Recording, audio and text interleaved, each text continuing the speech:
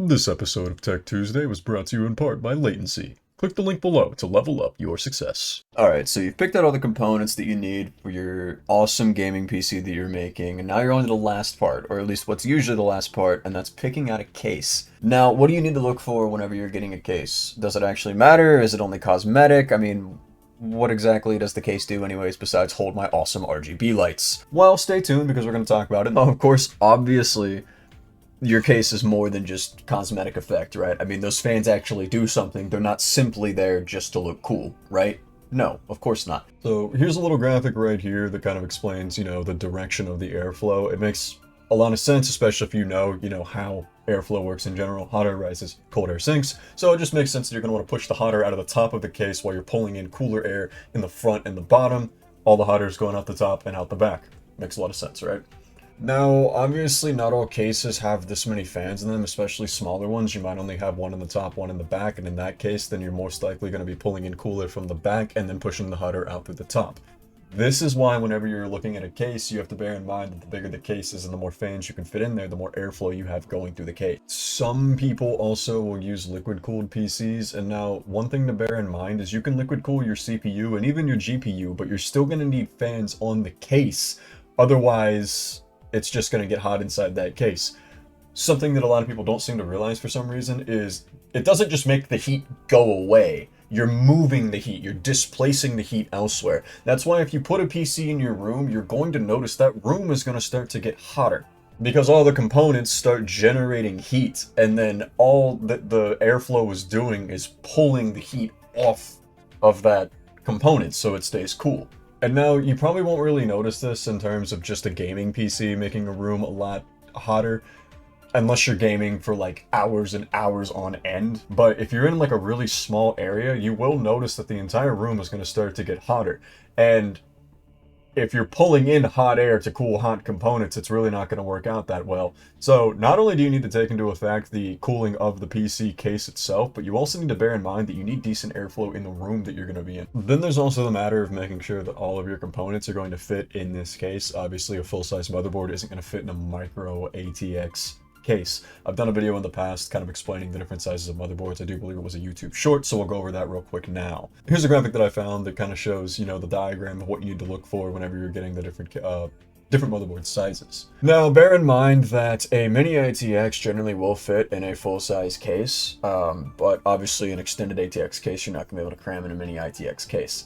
Whenever you're buying these cases, I mean, if you're not looking in person, if you're looking online, generally the case will have the measurements for all the components that it can support. And a lot of the times in the case name, it'll say whatever MATX or full size. So it'll have the size of the case in the title. So whenever you're looking, make sure that you know what size motherboard you have and search for the case based on the size that you need. So your motherboard fits. Now you need to make sure that your graphics card that you've selected is going to fit. It's usually measured by length in millimeters. So you're going to want to make sure that the case is actually long enough to support this graphics card, as well as, I mean, depending on what graphics card you have, it might be one small, like one slot, but I know that the 4090s coming out right now are like four and a half slot GPUs for some reason, because they're just gigantic. And on top of the length of that, if you're adding in like a third party or another CPU cooler with a fan on it, it's going to stick out pretty far. So you're going to have to actually measure the CPU cooler and make sure your fan is going to be able to, make sure that your case is going to be able to close. I actually have run into a situation before where I put a CPU cooler into a PC and tried to close the case and it didn't close. And now generally the RAM isn't going to be much of a problem in terms of fitting because even stock coolers tend to be taller than most RAM, so you should be fine there. However, the power supply, you are going to have to take into account the size of that. There is a standard power supply size, but depending on, again, if you've got a 4090, you're going to need a pretty beefy PSU, and those tend to get bigger in size. So make sure you check the power supply compartment and make sure you check the measurements on that. And honestly, that covers a lot of the more basic things that you need to look for. I mean, obviously, you just want to make sure everything fits. You want to make sure it's got decent, cooling airflow system.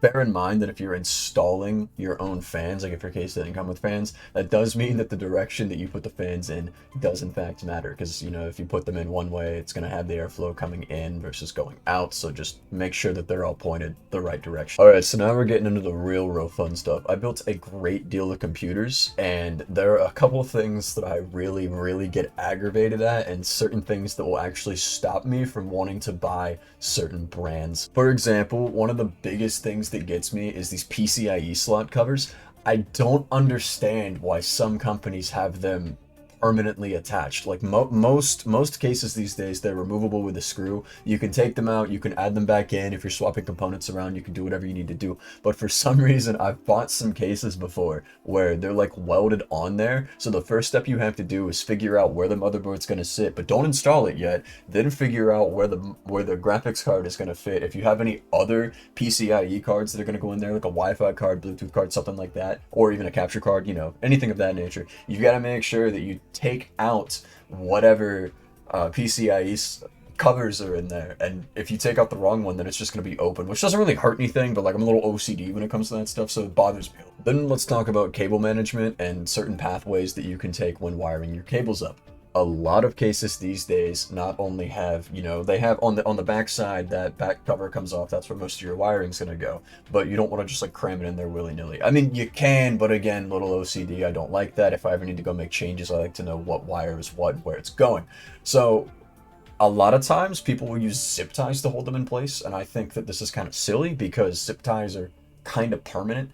You know, I prefer to use twist ties, like bread ties here, like these. Using these over zip ties has saved me a lot of frustration, and you know, like anytime you have to change anything in your PC, it just makes it so much easier to untie that, pull whatever wire out you need, tie it back up, instead of having to, you know, you zip tie everything down and it's gonna hold a little bit tighter, but then, you know, if you have to change something, you got to get in there and cut the zip tie. You risk maybe nicking a wire at some point, and then now you've got to get another zip tie if you want to zip tie it back down. It's just, then there's the actual cover of the case on usually the left side. It's usually the tempered glass one. You know, everybody likes tempered glass, so you can see all the cool RGB lights you got going on in there, see what kind of components you've got loaded in your PC. But most of them come with like 4 screws, and that's fine. Like, I totally understand that, but it's really dangerous to, you know, just unscrew it while the tower's standing up, as you usually have it sitting. So usually then you've got to lay the PC down, and it's a whole thing. So what I like is this brand right here, Mustex. They actually have cases where the side panel is on a hinge, and I love it so much, dude. It makes doing anything in those PCs so much easier, especially for somebody like me who's constantly changing and testing parts out like every other day just to make videos, or just because I want to know what's going on. Now, I'm sure that there's other brands that have some cases like this, but I like Mustex for a variety of reasons. A, they have these panels like this where it's on a hinge, and I love it. The RGB effects look really nice. They also come with a remote, most of them, so you can like remotely change the color of them, so I use them in a lot of my builds. On top of that, the PCIe slot covers, they get put on with screws. They're not welded in there. I don't have to rip them out and then risk damaging anything, so that makes it super easy. And they also come with all the front panel cables and everything in there with twist ties, not zip ties. I love them. They're great. Like, sponsor me, please. That should do it for this video. Don't forget to jump into the Latency Discord tonight around 6 p.m. Eastern. We'll be in there talking about PC cases, other hardware-related stuff. I'll give you any stream PC help. A couple of us know what we're talking about when it comes to OBS, so hopefully we'll see you there.